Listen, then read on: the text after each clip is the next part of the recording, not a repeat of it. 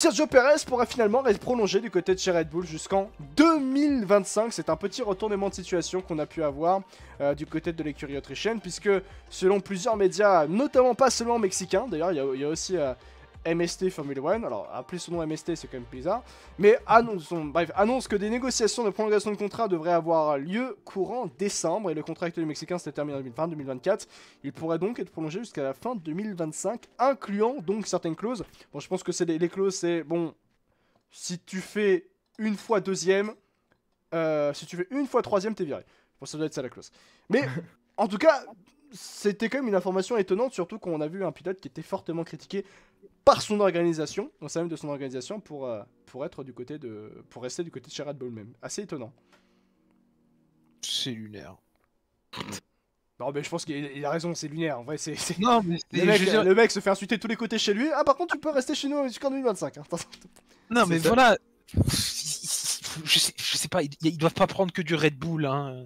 Ouais. Ils doivent le mélanger avec d'autres trucs pour faire des déclats pareils. Ouais. Je te jure, d'une semaine à l'autre, c'est le jour et la nuit. Mais qui croit vraiment ici que Perez va encore être chez Red Bull en 2025 ? Ouais. Encore mieux, qui croit que Perez va rester au mieux jusqu'à la mi-saison de l'année prochaine ? Ouais.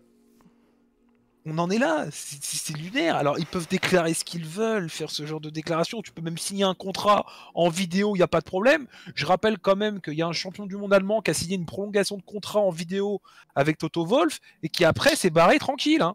Ouais. Je vois pas ce qui m'empêche d'annoncer une prolongation de contrat de Sergio Perez pour ensuite le virer comme une merde 6 mois après. Hein.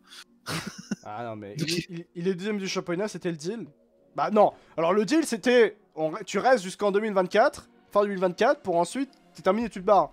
Là, c'est prolongé, hein. On rappelle que la Perez peut encore prolonger 1 an du côté de chez Red Bull. Hein. C'est encore plus différent, hein, cette affaire. Hein. Ouais, c'est ça. Mais ça symbolise peut-être surtout quelque chose de plus profond, entre guillemets, chez Red Bull. C'est surtout la victoire de Christian Horner face à Helmut Marko, peut-être. Oui. Parce qu'au final, depuis la pause de cet été, pardon, Helmut Marko et Christian Horner, c'est la guerre. Et cette guerre se symbolise surtout dans les déclarations au niveau de Sergio Perez.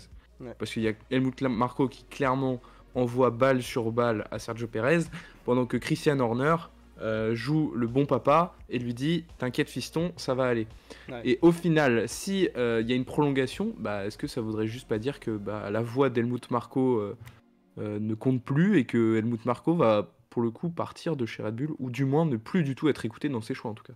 Bah, c'est surtout que quand t'as Helmut Marko qui balance déclaration de vieux con, excusez-moi du terme, mais de vieux con et aussi des déclarations très racistes envers le peuple mexicain, je pense que quand tu représentes une écurie, parce qu'aujourd'hui Helmut Marko, bien qu'il soit consultant, il représente Red Bull, sa voix représente Red Bull, il est considéré comme l'un des dirigeants de Red Bull à l'heure actuelle. Bah tonton il doit peu faire, tonton il parle trop et Red Bull ils doivent un peu en avoir marre d'Helmut Marko au bout d'un moment. Donc et que maintenant t'as 80 balais, la retraite faut qu'elle y aille. Hein. En fait c'est ça, c'est que tu regardes, enfin notamment cette année, parce que forcément c'est le cas Perez qui est le plus marquant, mais oui t'as Marko qui est en roue libre comme il a toujours été en fait, mais sauf que vu que Red Bull veut changer un petit peu son image et son approche en termes de gestion de pilote, le comportement de Marko ne passe plus. Et à chaque fois qu'il y a une dinguerie de sortie par Helmut Marko, comme l'a dit Tristan, en fait, t'as toujours Christian Horner derrière qui arrive pour te faire, entre guillemets, une contre-déclaration pour arrondir les angles et polisser la chose de ce que vient de déclarer Marko juste avant. Ouais. Donc on sent vraiment que oui, il y a une opposition avec Marko au sein de Red Bull, c'est sûr. Et c'est surtout que c'est des trucs tout bêtes, mais c'est des forces qui sont en train d'être échappées. Du moins, comment dire que Red Bull s'efforce d'arranger les choses par rapport à ce que dit Helmut Marko. Et dans le monde de la Formule 1, quand tu dois te concentrer sur la performance, arranger ton écurie, faire en sorte que ton écurie puisse gagner, t'as pas envie de t'efforcer mentalement parlant et même psychologiquement à arranger des déclarations qui n'ont pas lieu d'être, tu vois. Alors qu'Helmut Marko en sort beaucoup, hein, sur Sergio Perez, sur Ricciardo, sur même Nick De Vries à l'époque quand il était du côté de chez AlphaTauri. Continuellement, ça continue par rapport à Perez. Et c'est vrai qu'il y a un truc tout bête, mais c'est vrai que Perez, il prend très cher d'Helmut Marko. Hein. Par rapport à tous les autres pilotes du côté de chez Red Bull, il y a quand même une petite fixette d'Helmut Marko sur Perez, et pas seulement au niveau de la performance aussi. Hein. Oui, mais de toute façon, en tout cas sur cette année 2023 de Red Bull, au final, on a vraiment l'impression qu'il y a deux camps chez Red Bull qui se sont créés. Un camp plus âgé, plus ancien, pour le coup vraiment contre Perez, et ceux qui étaient présents depuis plusieurs années vraiment chez Red Bull, et un camp un peu plus jeune, bon, faut un peu plus se focaliser sur Max Verstappen, qui au final se comporte un peu plus comme une équipe présente en Formule 1, qui doit voilà, avoir une image, etc. Donc la question, c'est qui va gagner la bagarre, mais c'est surtout combien elle va coûter à Red Bull cette bagarre, parce qu'ils peuvent pas continuer. Franchement, quand tu as deux représentants aussi forts que Helmut Marko et Christian Horner qui ne font que se contredire, Oui. ça peut pas avoir, peut pas y avoir un climat au sein de l'équipe, un bon climat, c'est pas possible. Ou alors c'est parce que Helmut Marko est tout seul. Mais ça m'étonnerait qu'il soit Oui, non il est plus pas tout tout seul. seul. Mais il y a quand même Il un est pas tout seul. certain triple champion du monde néerlandais qui semble être à ses Bah. côtés. Oui, non, ouais. Ouais. Non, mais c'est pour ça, il faut pas non plus que ça se retourne contre Red Bull, au final, cette bagarre, cette guéguerre interne entre Marko et Horner, et qui se répercute du coup sur les pilotes. Oui, c'est ça, c'est Ouais. surtout ça. Ouais. C'est vrai, c'est vrai. À voir comment les choses vont aller par rapport à Perez, mais en tout cas, ça pourrait aussi évoquer l'idée que tu parlais d'Helmut Marko. Je rappelle, Helmut Marko ne voulait pas du retour de Daniel Ricciardo du côté de chez AlphaTauri, d'ailleurs. Parce qu'il avait toujours en travers il avait en travers de la gorge en fait l'aspect que Ricciardo s'est barré du côté de chez Renault. Et c'est vrai que ça peut paraître un peu insultant pour Red Bull de se barrer du côté de chez Renault. Surtout quand Red Bull et Renault étaient un peu dans le... Enfin, étaient clairement dans une petite guerre d'ego. On va dire ça comme ça. Il est driver, Ouais. il est NG. C'est un peu ça. Et puis Marko, il a une académie derrière. Oui. Si tu reprends Papy, qui a je sais pas quel âge, alors que tu sues pour foutre des pilotes en F2, etc. Peut-être trop de pilotes d'ailleurs. Mhm. Il y a des contrats qui vont sauter. qui vont sauter là. Ouais, derrière Marko, si Christian Horner prend la décision de faire revenir Ricciardo, je pense qu'il va l'avoir un petit peu en travers de la gorge. Mais c'est peut-être pour ça aussi Oui. qu'il a tant d'exigences envers des pilotes comme Tsunoda, etc. Et C'est ce qui explique aussi peut-être cette... Ça évoque aussi d'autres situations. Regardez là, on a que Perez qui peut prolonger. On a Ricciardo aussi qui peut potentiellement prendre la place de Perez si Perez va être à partir. Mais il y a aussi Lawson. Regardez les déclats de Horner et de Marko par rapport à Lawson. Alors, enfin, Marko dit il sera dans la voiture d'ici 2025, Lawson. Bah ouais. Horner il dit pas ça, il dit il sera assurément en Formule 1. Mais il dit pas une date en fait. C'est ça ce qui est assez éloquent d'ailleurs dans le partage des paroles entre les deux. Bah, et peut-être qu'en fait, plus la saison avance, et plus on se rend compte peut-être qu'en fait, c'est Nick De Vries qui a foutu tout ce bordel chez Red Bull. Non. Ouais, vas-y, balance. Vas-y, lâche-toi. Non, mais pas la faute de Nick De Vries, mais Oui, dans le oui. sens où AlphaTauri a choisi un pilote qui appartenait à Mercedes. Ouais. Alors que derrière, peut-être que les pilotes n'étaient pas prêts. Ça, c'est un autre débat. Oui. Et à mon avis, Helmut Marko, je pense qu'il a pas dit que Nick De Vries. Derrière, il devait avoir des pilotes. Il a dû dire, bah, Non, voilà. il y avait pas que ça. Hein. Dis-toi que tu sais qu'en plus, Helmut Marko ne voulait pas Nick De Vries dans un premier temps. Il voulait, souvenez-vous, un certain Colton Herta. Le premier choix d'AlphaTauri pour remplacer Gasly, c'était Colton Herta. Pour jouer avec le marché américain. Ce Colton Herta, il avait pas eu sa super licence. Mais mais de toute façon, je pense qu'il y a quelque chose qui s'est passé dans le choix décisionnel au niveau d'AlphaTauri avec Christian Horner qui a dû y mettre un petit peu la patte, alors que Helmut Marko a du mal le prendre, étant donné qu'AlphaTauri est un peu l'écurie junior de Red Bull pour les pilotes jeunes. Et je pense que ça a dû partir de là.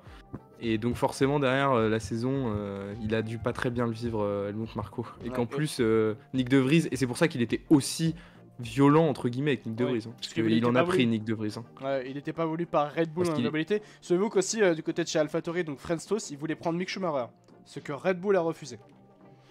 Christian Horner a refusé. Horner a refusé Mick Schumacher. Pourquoi ? Parce que Mercedes.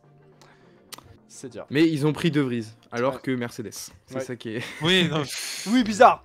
Bizarre, mais bon, ça vous dépasse quand même, mais bon. De Vries qui devient en plus champion du monde avec Mercedes. En plus. Après, à part Ricciardo ou des pilotes AlphaTauri qui veut venir aux côtés de Max Verstappen. Tout le monde en vrai, hein. Tout le monde, hein. D'ailleurs, déclaration de Pierre Gasly par rapport à Red Bull. Si je sais pas si vous avez écouté le Beyond the Grid avec Pierre Gasly, qui était le podcast de la Formule 1, qui discute avec beaucoup d'acteurs du monde de la Formule 1. Ça vient de sortir sur Off Track. Et bah, Jérém, on t'aime. Elle est là, la déclaration de Pierre Gasly par rapport à Red Bull. Et il en parlait, justement, c'est vrai que Magic il demandait qui peut venir aux côtés de Max Verstappen. Pierre Gasly, qui était aux côtés de Max Verstappen dans les build-up pendant quelques mois. Il déclarait justement, et c'est la première fois qu'il en parle d'ailleurs, Pierre Gasly, du passage du côté de chez Red Bull. J'espère qu'un jour nous aurons l'occasion de le faire pour discuter avec les dirigeants de Red Bull, notamment Helmut Marko. Mais je sais qu'au fond d'eux-mêmes, ce sont des gens intelligents, ils peuvent avoir leurs propres opinions sur certaines choses, mais ce sont des choses claires qui étaient évidentes, c'est ainsi que les choses se sont passées. Et il ajoute, ce n'était pas vraiment juste, mais de toute façon c'est comme ça. J'ai aussi appris que ce sport n'est pas toujours juste. Je pense que j'ai acquis des compétences, atteint un niveau d'expérience et de conscience qui, grâce à mes expériences précédentes, me permet d'être meilleur aujourd'hui que je ne l'étais hier. C'est vrai, le fait qu'ils disent, de toute façon ce sport n'est pas juste. Oh mais il y a beaucoup de pilotes qui devraient dire oui tu as raison Pierre. Bah moi aussi le sport n'a pas été juste. Comme à Abu Dhabi 2021. Mais ça c'est un autre débat et on n'en reviendra pas là-dessus. Après la Red Bull, enfin en tout cas c'est l'image un peu que j'ai cette année quand même. Et en 2022 aussi. Je trouve que Pérez, alors peut-être c'est parce qu'il est très pro et très diplomate, se plaint beaucoup moins de la voiture qu'Alex Albon et Pierre Gasly. Je trouve que, en tout cas c'est l'image qu'on a. La deuxième Red Bull semble beaucoup moins, semble subir beaucoup moins le fait que Max Verstappen dirige techniquement ses évolutions et sa mise en place. Après peut-être c'est parce que Sergio Pérez, étant donné qu'il avait beaucoup plus d'expérience, sait beaucoup mieux s'adapter. Mais en tout cas, il semble quand même, en interview, etc., je trouve qu'il n'a jamais réellement mis le point sur le fait que la voiture lui convenait pas ou qu'elle avait quelque chose qui n'allait pas pour lui en fait. Ouais, je suis d'accord aussi avec ça. Et puis surtout, il y a l'aspect que tu en parlais effectivement de l'adaptation. Il faut savoir que Sergio Pérez était connu, peut-être est toujours connu, on va dire ça comme ça, mais pour être l'un des pilotes qui s'adaptait le mieux à la monture qu'il avait, et c'est pour ça qu'il avait d'ailleurs été pris du côté de chez Red Bull, au détriment forcément d'Alexander Albon, qui est du côté de chez Williams et qui rebondit parfaitement, hein, mais c'est juste que l'écosystème Red Bull est tellement unique en son genre par rapport à Max Verstappen que il faut avoir l'un des meilleurs pilotes en termes d'adaptation sur le marché pour pouvoir performer ainsi.